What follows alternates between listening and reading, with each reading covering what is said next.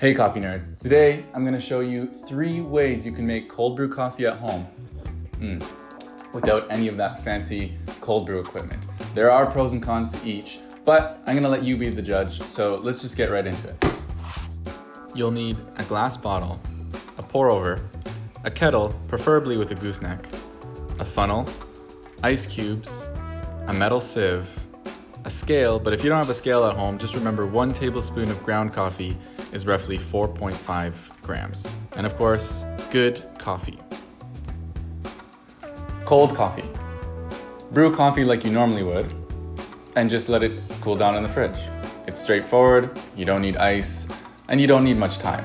But this truly is the laziest way of making cold brew ever. It's literally just cold coffee, and it tastes like cold coffee. So it works in a pinch, but it is not my favorite way. Moving on. Flash cold brew. We say flash because we're actually flash chilling the coffee, and it preserves a lot of flavor this way. Take your pour over and put 1/3 of the total brew water as ice below the dripper. Pour the other 2/3 of water over your coffee grounds for a more concentrated brew.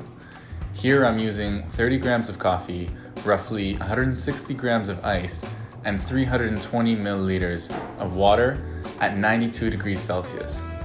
It helps if you use a finer grind size here to slow things down and make sure you extract enough out of the coffee.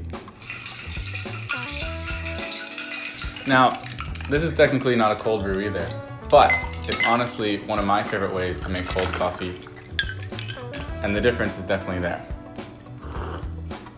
It's a lot more sweet, has a lot more crispness to it, and none of those nasty stale flavors which are typical to plain old cold coffee.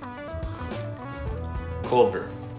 Now, this is the actual cold brew, the process of brewing coffee cold over a longer period of time to bring out all those juicy flavors and retain those flavors. I'm using 60 grams of coarsely ground coffee with 600 milliliters of filtered water, a 1:10 ratio of coffee to water. You can use any sort of sealable bottle, but using a whiskey bottle somehow seems more elegant, and it fits nicely in the fridge.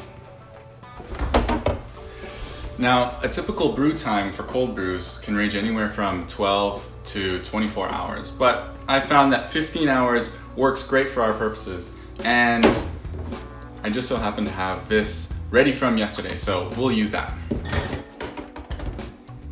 Make sure you filter out all the coffee to stop further extraction, rinse your bottle, and pour the coffee back in. And since we made a stronger 1:10 ratio brew, I can pour this over ice and not have to worry about dilution. So there you have it, 3 different ways that you can make cold brew coffee at home without any fancy brewing equipment.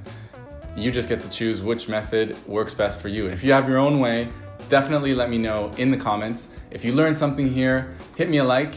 And now would be a great time to subscribe because I've got a lot more videos like this coming down the chute. So in the meantime, enjoy some cold brew. Cheers.